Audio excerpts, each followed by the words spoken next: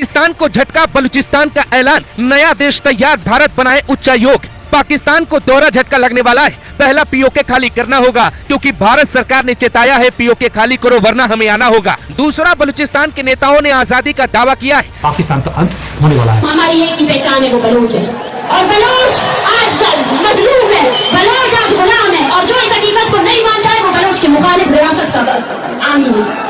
बलूचिस्तान में बस अब दो ही फिरके हैं, एक जालिम एक मजलूम।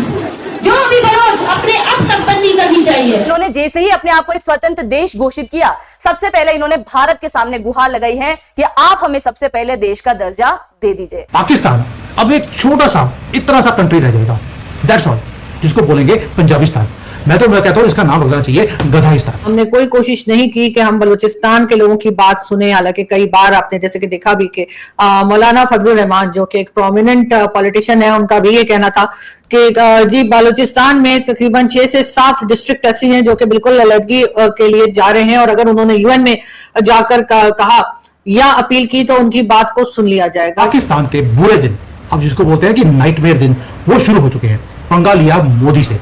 एक तरफ तो उनके न्यूक्लियर लीक हो गए हैं, आपने देखा वहां पर इमरजेंसी डिक्लेयर हो चुकी है, बहुत ज्यादा एरिया उनको खाली करना पड़ रहा है। और सुना है कि उनके जो अगले बच्चे निकलेंगे वो कुछ इस तरह के निकलेंगे, और लेकिन मुंह से उनके वही निकलेगा कि हम गजवे हिंद करेंगे। हम आपको याद दिलाते रहेंगे कि आपने हमारी कितनी नस्लें अपनी तोपों से उड़ाए हैं। हम आपको याद दिलाते रहेंगे कि हम कभी नहीं भूलेंगे अपने शहीदों को। हम हैं और इज्तिमाई कब्रों के वारिस, जिनको आप फेंकते हो ना, वो बलोच की कब्रें हैं, बलोच नस्ल की कब्रें हैं, बलोच कौम की कब्रें हैं। बलूच आर्मी ने 24 घंटे के अंदर 60 से ज्यादा पाकिस्तानी सेना के ठिकानों को निशाना बनाया। बीएलए ने जिन ठिकानों पर हमला किया उनमें पाक सेना की चौकियां और आईएसआई के अड्डे शामिल हैं। पाकिस्तान की जो पंजाबी एरिया है उसके सोल्जर्स है पाकिस्तान आर्मी में, उन्होंने मना कर दिया है कि हम बलूचिस्तान में जाकर डिप्लॉय नहीं होंगे। टोटल 44% जो पाकिस्तान का एरिया है वो बलूचिस्तान है। यहाँ लगभग 1.5 करोड़ पॉपुलेशन रहती है। यहाँ पर गोल्ड, कॉपर, ऑयल वगैरह मौजूद, यानी खनिज संपदा से बहुत संपन्न है, लेकिन ये पाकिस्तान के सबसे गरीब और पिछड़े हुए एरिया में आता है। तो यहाँ से संसाधनों को इस्तेमाल किया जाता है, लेकिन उसका उन पैसों का इस्तेमाल यहाँ के विकास के लिए, बलूचिस्तान के विकास के लिए नहीं होता। बलूचिस्तान के लोग थे वो बार बार बोल रहे थे मोदी जी को, मोदी जी आप जो काम कर रहे हैं पाकिस्तान के खिलाफ वो बहुत बढ़िया है, अब हमें भी थोड़ी सी पुश अगर और दे देंगे हम लिबरेट हो जाएंगे, आपको हम प्रधानमंत्री बना सकते हैं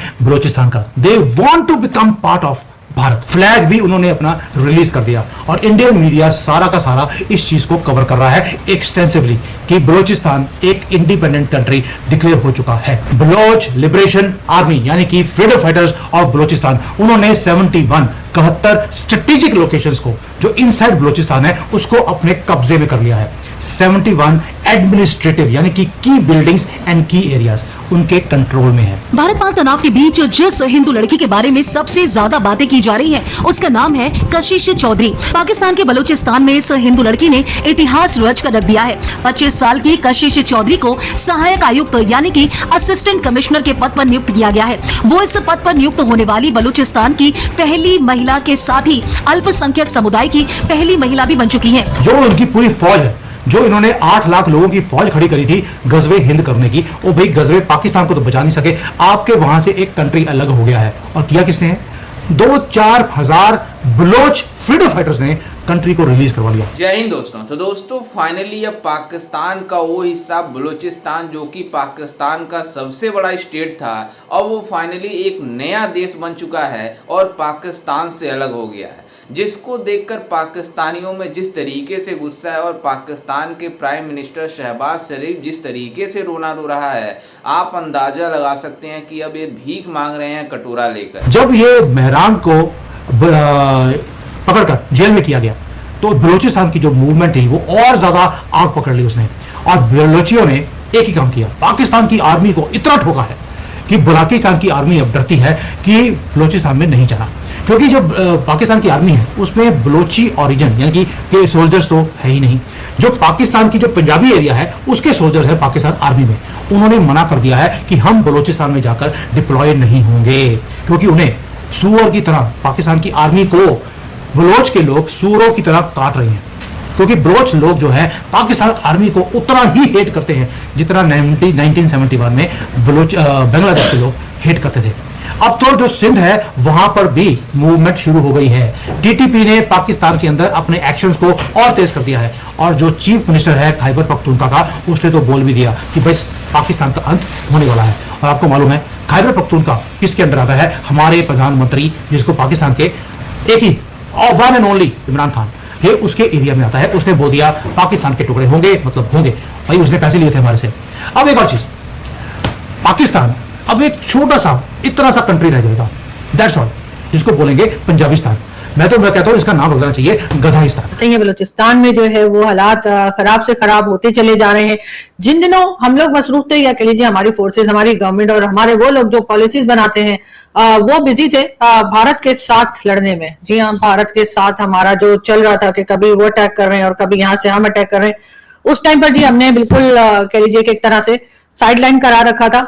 अपने जो मेन इश्यूज हैं उनको हमने कोई कोशिश नहीं की कि हम बलूचिस्तान के लोगों की बात सुने। हालांकि कई बार आपने जैसे कि देखा भी कि मौलाना फजलुर रहमान जो कि एक प्रोमिनेंट पॉलिटिशियन है, उनका भी ये कहना था कि जी बलूचिस्तान में तकरीबन 6 से 7 डिस्ट्रिक्ट ऐसी हैं जो कि बिल्कुल अलहदगी के लिए जा रहे हैं, और अगर उन्होंने यूएन में जाकर कहा या अपील की तो उनकी बात को सुन लिया जाएगा। ये बात भी जो है मौलाना फजलुर रहमान जो है वो बता चुके हैं। ऐसा नहीं कि कोई आम जर्नलिस्ट या एक्टिविस्ट ने ये बात की हो, लेकिन मौलाना साहब की बात की तरफ कोई तवज्जो नहीं दी गई। जैसा कि आपने वीडियो में देखा कि किस तरीके से मतलब बलूचिस्तान के लोगों ने जिस तरीके से पाकिस्तान से अपने देश को अलग किया, आप अंदाज़ा लगा सकते हैं कि वो बलूचिस्तान है जो मतलब इसके मतलब धरती में इतने ज़्यादा खनिज पदार्थ हैं जो कि पूरे पाकिस्तान को मतलब जिंदा रखती है, लेकिन पाकिस्तान उसके ऊपर एक भी ध्यान नहीं दिया। और बलूचिस्तान पाकिस्तान का सबसे बड़ा स्टेट था, क्योंकि लगभग 35 से 40% एरिया कवर था बलूचिस्तान से। लेकिन जिस तरीके से बलूचिस्तान के लोगों के साथ नाइंसाफ़ी हो रही थी, पाकिस्तानी प्राइम मिनिस्टर कोई भी बनता था पाकिस्तान का, बलूचिस्तान के ऊपर ध्यान नहीं देता था। और बलूचिस्तान इतनी मतलब पीछे चली गई थी, जिस वजह से जिस तरीके से महरम बलोच ने मतलब पाकिस्तान से अलग करने की मांग बहुत पहले से उठा रही थी, लेकिन उनकी आवाज़ों को दबा दिया जाता था पाकिस्तानी मतलब जो नेताओं के द्वारा, जिस तरीके से उन्होंने धरना प्रदर्शन भी किया था। लेकिन अब फाइनली वो टाइम आ गया और पाकिस्तान से वो मतलब वो स्टेट अलग हो जा रहा है, मतलब नया देश बन चुका है बलूचिस्तान, जो पाकिस्तान को पूरी तरीके से जिंदा रखती थी। जिंदा इस मामले में क्योंकि बलूचिस्तान में वो चीज़ें मौजूद है, मतलब बलूचिस्तान के धरती पे वो चीज़ें मौजूद हैं जो पूरे पाकिस्तान को सप्लाई करती थी। वहाँ पर खनिज तत्व के जितने भी मटेरियल्स हैं वो सब अवेलेबल थे, पाकिस्तान उसी के वजह से जिंदा रहता था।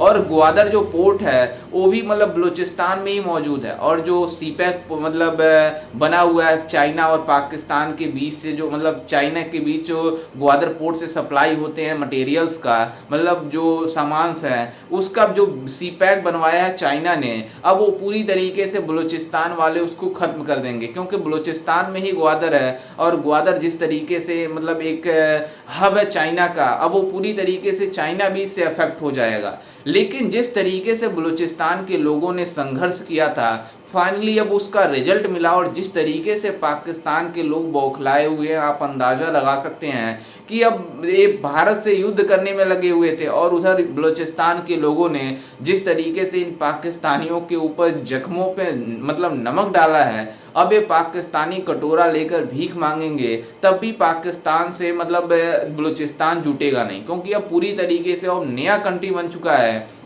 और बलूचिस्तान के लोगों ने मांग की है भारत से कि हमारा एम्बेसी बनाया जाए मतलब भारत में, ताकि और पूरी दुनिया में दिखाया जाए कि बलूचिस्तान एक नया कंट्री बन चुका है। और वहाँ पर एक नया फ्लैग भी आ चुका है, जो बलूचिस्तान ने अपना नया फ्लैग को इंट्रोड्यूस किया है। तो जिस तरीके से पाकिस्तानियों में मतलब हड़कंप मचा हुआ है इस न्यूज़ को लेकर, जिस तरीके से आपने वीडियो में देखा।